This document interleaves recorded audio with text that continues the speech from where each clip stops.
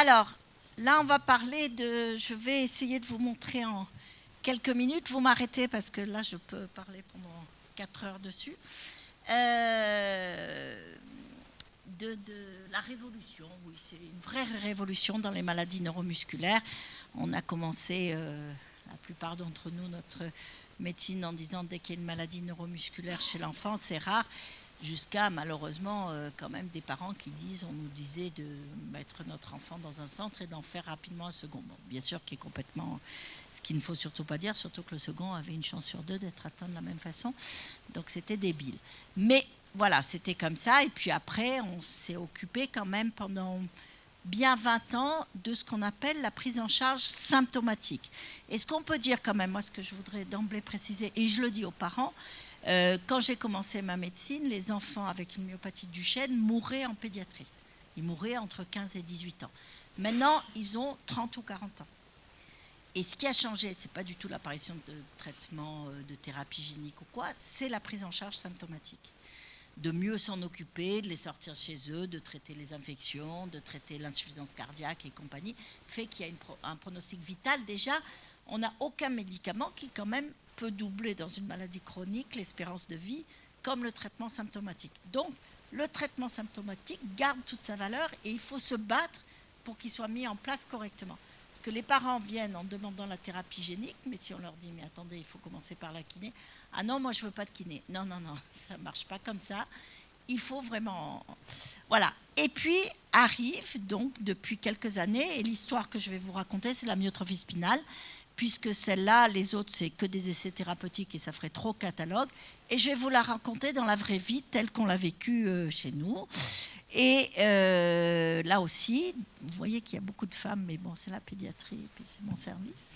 Non, il y a Mathieu Mille, mais lui, il s'occupe vraiment d'épilepsie, donc on s'est bien réparti les tâches, on va dire, dans le service. Donc Frédéric Audic et puis une jeune femme qui nous a rejoint, qui était déjà là il y a à peu près une dizaine d'années comme interne chef de clinique, qui a fait un petit tour ailleurs et qui est revenue donc dans le cadre du centre de référence des maladies neuromusculaires. Et vraiment, je les remercie tous les jours d'être là. Alors la première étape, on parle de thérapie génique, on parle de thérapie de médicaments innovants, mais rien ne marche si on ne fait pas le diagnostic. Et en 2022, contrairement à ce qu'on pensait, on disait « ouais, ce petit, il est un peu mou, je vais me donner 6 mois, je vais voir un peu ce qui devient, son évolution ». Et bien là, vous faites perdre du temps à l'enfant. Voilà. Et en 2022, une hypotonie du nourrisson, c'est une urgence diagnostique. Et le médecin, le pédiatre, reconnaît l'hypotonie et se pose plein de questions. On ne va pas faire bien sûr le catalogue. Et simplement, s'il y a une atteinte périphérique, hop, neuromusculaire urgent.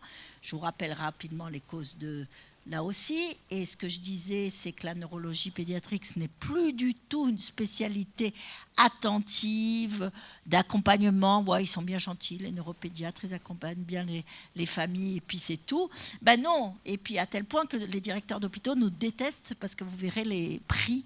On a battu, bon, je ne sais pas si c'est un record ou pas, mais on a battu nos collègues oncologues pédiatres. Mais je crois qu'on est en train de faire la révolution copernicienne qui a eu lieu il y a 30 ans en onco-hémato-pédiatrique. Je crois que c'est vraiment la neurologie pédiatrique qui a le plus de progrès actuellement et où on va voir changer l'histoire naturelle de ces enfants. Donc, nous, on va s'occuper aujourd'hui de la... Donc, tout ce qui est en vert, c'est là où on peut faire des traitements, d'accord, qui sont accessibles de toutes ces maladies. Donc, vous voyez qu'il y en a quand même beaucoup et certainement que ça va changer au fur et à mesure. Il y en aura de plus en plus. Alors, la myotrophie spinale, pourquoi en parler? Parce qu'il y a des médicaments qui existent et qui sont maintenant sur le marché. Donc, maladie récessive autosomique, fréquent. 1 pour 10 000 toutes formes confondues. Pour le type 1, c'est 1 pour 6 000 naissances. Donc c'est vraiment quelque chose, je pense que tout pédiatre se rappelle avoir examiné un Wernicke-Hoffmann et malheureusement l'accompagner dans le décès. Donc perte progressive des motoneurones de la corne antérieure, on sait où ça se situe et on sait que c'est lié à une anomalie génétique avec perte d'une protéine, la protéine SMN. Différents types cliniques, hein, le type 1, donc le Wernicke-Hoffmann, vous savez, ce bébé tout mou, qui est complètement mou, qui est tétraplégique, et pourtant qui vous regarde, qui vous sourit, qui est parfaitement intelligent, qui n'est pas encéphalopathe, et qui n'a pas de réflexe des fasciculations linguales, et qui respire avec le diaphragme, donc de type abdominal, et si on ne fait rien, c'est le décès avant l'âge de 2 ans. Le type 2, donc c'est après 6 mois, c'est des enfants qui tiennent leur tête, qui tiennent assis, mais qui ne marcheront jamais. Et le type 3, c'est des enfants qui marchent, que vous voyez plutôt vers 18 mois ou 2 ans, 2 ans et demi, qui marchent un peu, j'allais dire des marches myopathes, et vous les voyez pour trouble de la marche. C'est le grand tableau classique. Et voilà que tout va être bouleversé. Donc ici, vous voyez donc ce que je vous disais, la révolution. Donc les premières 1850 premières descriptions, Wernicke-Hoffmann, donc le diagnostic clinique avec la classification dont on vient de parler, qui a mis à peu près 30 ans, avec les batailles entre les Américains, les Anglais, Dubowitz, machin, les Allemands au milieu. Les Français, ils n'étaient pas trop classifiants, on va dire. Mais voilà, donc là, on était vraiment clinique. Et puis, découverte du gène, ça c'est l'équipe de Judith Melki et Arnold Munich. Et localisation génique, bon, c'est bon. Là, on savait où on en était. Et puis, début des essais précliniques et arrivée donc en 2017 du nusinersen, en 2019 de la thérapie génique et du risperidone. Et ça, ce sont les 3 médicaments à notre disposition actuellement. Alors, voilà comment ça marche. Donc, vous voyez ici la corne antérieure de la moelle épinière, donc ici, avec le nerf périphérique qui va en sortir, le nerf moteur, et qui va arriver au muscle, avec ce muscle qui va être complètement amyotrophique et paralysé, parce qu'il n'y a pas le signal au niveau de la corne antérieure.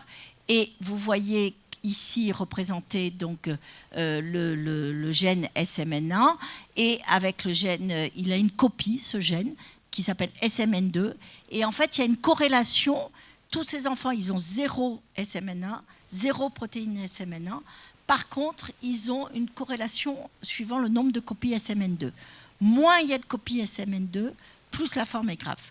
Plus il y en a, moins la forme est sévère. Donc l'idée, pour 2 de ces molécules, c'est de travailler sur le SMN2, c'est-à-dire essayer, parce qu'on ne peut pas, avec ces molécules, on ne peut pas aller directement sur le gène SMN1, mais sur la copie, essayer de le booster à fond pour pouvoir avoir un rôle fonctionnel. Et finalement, on va transformer des types 1 en type 2 ou en type 3. C'est un petit peu l'objectif. Et la thérapie génique, là, qui est arrivée récemment, donc elle va agir vraiment sur l'ADN SMN1 et va permettre de fabriquer donc la molécule SMN. Alors, comment ça se passe? Nous, voilà, il y a un enfant, alors ça va vite. Maintenant, quand même, tous les pédiatres de la région, parce qu'il y a eu quand même des enfants dont les diagnostics ont été faits parce qu'ils sont arrivés aux urgences pour une bronchiolite et que les internes, ils passent un peu dans le service et ils savent que des amyotrophies spinales existent. Et donc, en examinant l'enfant qui vient pour une bronchiolite, ils se rendent compte qu'il n'y a pas de réflexe et on les a donc assez rapidement. Sinon, les pédiatres, les médecins généralistes nous appellent. On les voit dans même pas les 48 heures, là ça va très vite, les WhatsApp ça marche bien pour tout le monde et la réponse est rapide parce que l'ordre c'est de ne pas rater. Pour moi dans mon service, un tout petit bébé de moins de 1 an, il doit être vu, enfin avoir une réponse dans les 48 heures parce qu'il peut y avoir ce type d'enfant.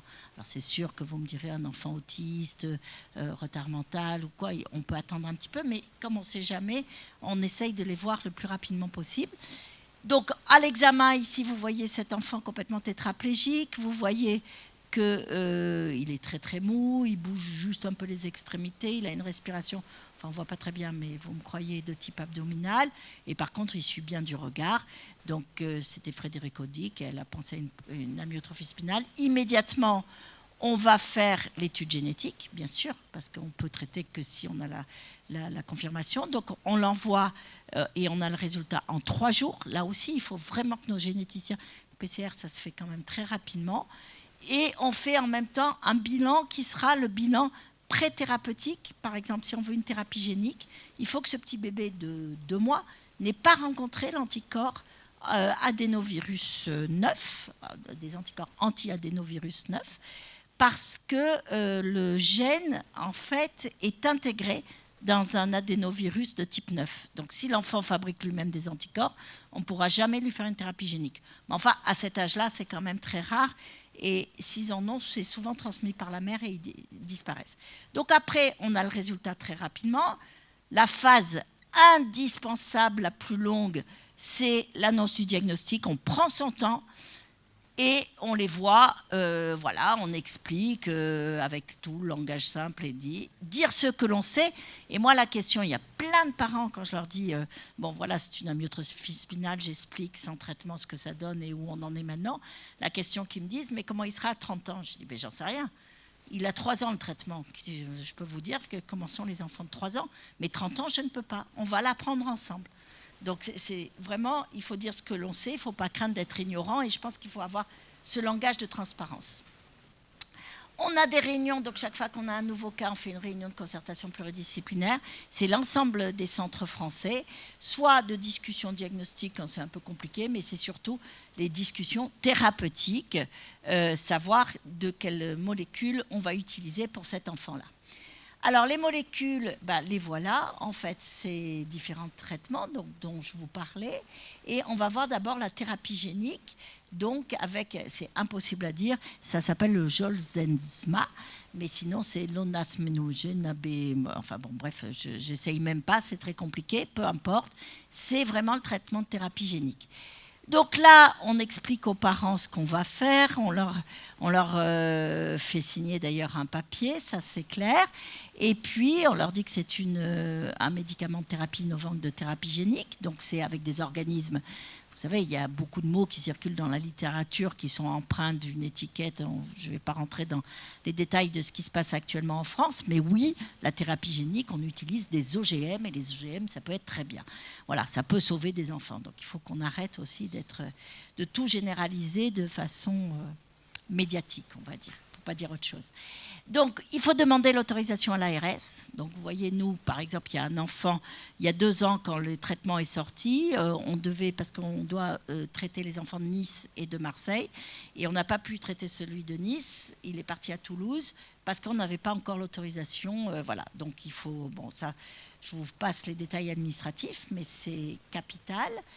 Et puis, voilà, ici, vous voyez, donc, c'est toute l'équipe. Donc, ça mobilise le pharmacien. Ça, c'est lui. Et il y a une unité de médicaments de thérapie innovante. Hein, ça ne se traite pas dans une pharmacie en même temps que les autres médicaments. Bien sûr, dans le service. Et puis, en réa, on va revoir. Donc, vous voyez que pour un enfant, dès qu'on a une suspicion, la confirmation du diagnostic, ces 3 services sont immédiatement concernés, appelés, parce qu'on a 10 jours pour agir. Alors, avant la commande, donc on va remplir exactement tout ce qu'il faut. Les tubes, je vous ai dit, recherche d'anticorps, ça part l'information, mise en alerte. Voilà, c'est le pharmacien qui m'a fait toutes ces commandes. Lui, il est super parce qu'il a été très, très, très, très motivé et très aidant pour travailler avec nous. On passe la commande, on paye 2 millions d'euros. On verra tout à l'heure les autres prix. Et par enfant. Hein. Et puis, il y a le délai de livraison, les jours ouvrés, machin. Et voilà, parce que ça se paye, ça se fabrique. Ce sont des poches qui se fabriquent par enfant en fonction du poids, qui sont fabriquées le plus souvent aux États-Unis, qui arrivent. Alors, ne me parlez pas de droits de douane et tout. Donc, qui arrive, c'est mieux pour Novartis, qui arrive en Irlande. Et d'Irlande, ça part en Europe, partout. Donc, d'abord en avion, puis après transporteur terrestre. Et là, parfois, c'est voilà, le camion qui arrive de l'aéroport à la pharmacie à Marseille. Voilà, il faut qu'il voilà. Et à ce moment-là, c'est le pharmacien qui va récupérer. Mais vous voyez déjà... Mais moi, j'explique tout ça aux parents pour leur expliquer que quand même, ils ont quand même de la chance quelque part de pouvoir bénéficier de toute cette infrastructure et que c'est pas je claque dans les doigts et j'ai immédiatement ce que je veux, quand je veux, comme je veux. Voilà, donc vous voyez, c'est presque comme une greffe, hein, donc là où il faut mettre le produit, le machin, moins 80 degrés, enfin pas de rupture de chaîne de froid, on décongèle, voilà, génial. Donc le pharmacien qui nous envoie un mail en disant c'est bon, je suis prêt. Pendant ce temps, nous, on va prendre l'enfant la veille de sa thérapie génique. On va lui refaire une PCR virale pour être sûr qu'entre-temps, il n'ait pas le Covid ou je ne sais pas trop quoi, parce qu'on serait un peu embêté. Et puis, on met en place, donc il va à l'AREA, et il va avoir une voie centrale périphérique. Je vous rappelle, c'est des tout petits. Il faut en même temps, il y a 2 voies qui sont installées, donc une pour l'injection et une si jamais il fait un choc allergique. Donc du coup, on met en place une voie centrale et on débute des corticoïdes justement parce que on redoute l'allergie et vous verrez une autre complication qu'on a découvert. Voilà, donc ça, tout ça, on explique aux parents et l'enfant est en réa avec les parents à côté. Et voilà, donc tout est préparé, feu vert médical. Hop, 8h du matin, le pharmacien arrive. Parce que là, ce n'est pas des poches qu'on va laisser à un brancardier. On les aime beaucoup, mais 2 millions d'euros, là, déjà les infirmières, je dis, si on calcule la goutte perdue, voilà. Donc, on explique comment ça se passe, voilà. Et puis, on va brancher l'enfant. Et en fait, ça dure 1 heure. Voilà, tout ça, pendant 1 heure, ce petit bébé-là, Axel, que vous reverrez après, était toute sage et tout. Et les parents sont présents et c'est des parents qui avaient parfaitement bien compris. Ils ont dit, on a eu l'impression que notre fille renaissait, que pour eux, c'était un nouvel accouchement, parce donc ils avaient bien compris ce sens de thérapie génique. Voilà, donc après, il reste en réa 24 heures et puis on le récupère. Et là, vraiment, nous, on le surveille. Il y a ces corticoïdes, on ne sait pas bien. Il faut qu'on lui donne encore pendant quelques temps une diminution progressive, des bilans réguliers, parce que ce qu'on a appris à connaître et qu'on ne savait pas au départ sur les premiers cas, c'est l'apparition d'une micro-angiopathie thrombotique avec atteinte rénale et un tableau proche du CHU, en fait, qui nécessite donc d'utiliser du Soliris.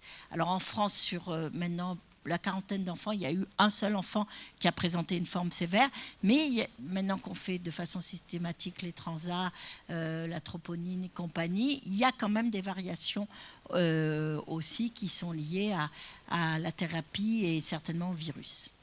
Voilà. Et les urgences sont bien sûr aussi parfaitement au courant si jamais l'enfant revient. Alors, en vie réelle, qu'est-ce qu'on a fait? Donc voilà, on a discuté 66 patients qui avaient des Wernicke-Hoffmann. Il y a 9 patients donc, qui ont été traités par du nusinersen, on va en reparler, qui sont toujours en vie. 26 par thérapie génique qui sont aussi toujours en vie. Je vous rappelle, ça a commencé en mai 2019. Avec leur forme sans traitement, ils seraient déjà décédés. Et puis, vous voyez qu'il y a quand même 29 patients sur les 66 où, du fait de l'atteinte de leur maladie et que malheureusement ils sont arrivés trop tard, on a décidé de ne pas les traiter. C'est des soins palliatifs, donc avec, comme attendu, là, au moment de ces 1 an de suivi, 3 tous les autres étaient décédés. Voilà, donc ça, là, je pense que ce tableau montre bien que ceux qui arrivent là au stade de palliatif, on aurait dû les voir ici pour qu'ils soient dans l'un ou l'autre des carrés. Donc la deuxième possibilité qu'on décide toujours en RCP, donc ça va aller un peu plus vite, hein, ça va être le nusinersen, donc c'est un médicament donc maintenant qu'on contrôle bien, qui se fait uniquement par voie intratécale.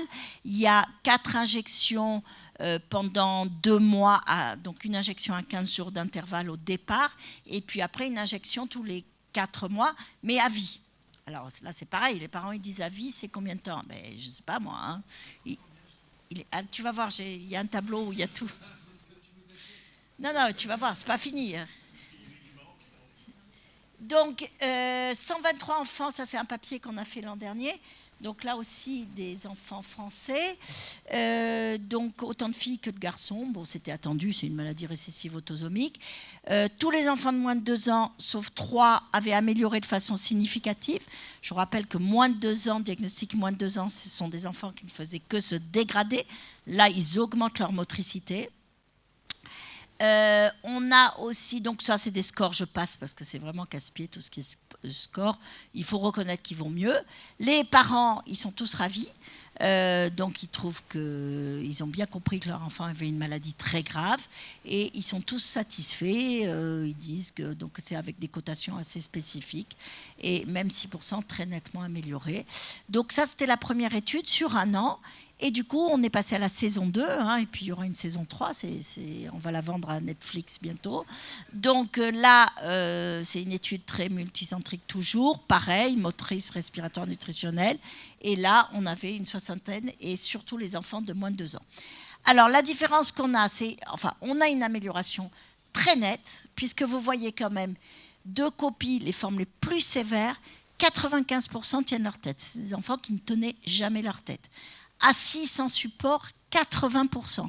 Des enfants qui ne tenaient jamais assis. Les 2 copies, c'est vraiment, vous vous mettez dans la tête ces petits Wernicke Hoffmann, qui tiennent à peine leur tête, qui ne tiennent jamais assis, qui décèdent à 2 ans. Debout avec aide, là, ça devient plus compliqué quand ils ont 2 copies. Par contre, quand ils ont 3 copies, plus de la moitié se mettent debout.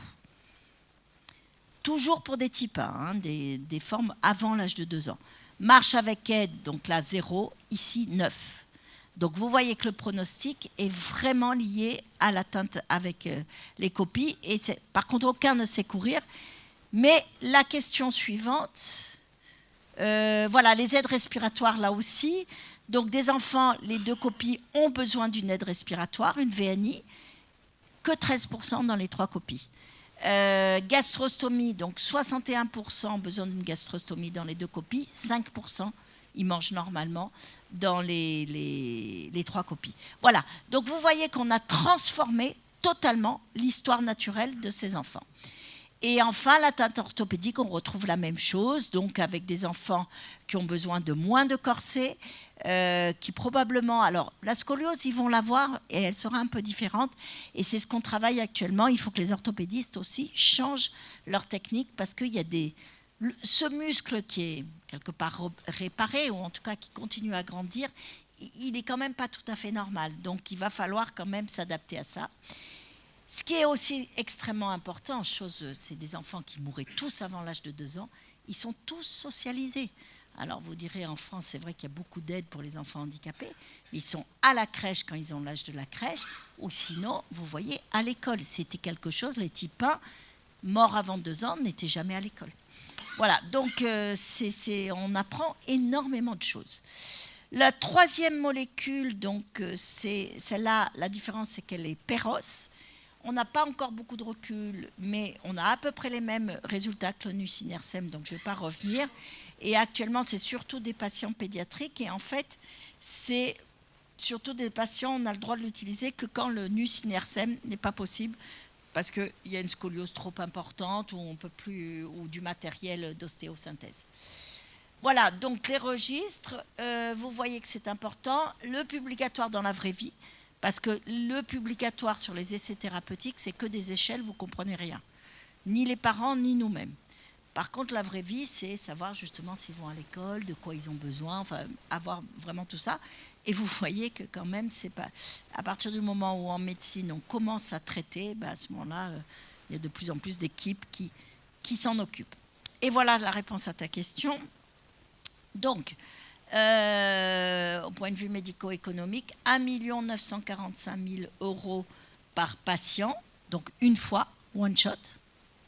Est-ce qu'il y aura une 2e ou 3e fois dans les années qui viennent? On ne sait pas. Le risdiplam, donc le sirop, c'est presque 300 000 € par an, à vie. Combien va durer leur vie? Et le nusinersen, la première année, puisqu'il y a ces 4 injections, pendant les 2 premiers mois, puis après une tous les 4 mois. La première année, c'est 500 000 € et après 280 000 € à vie.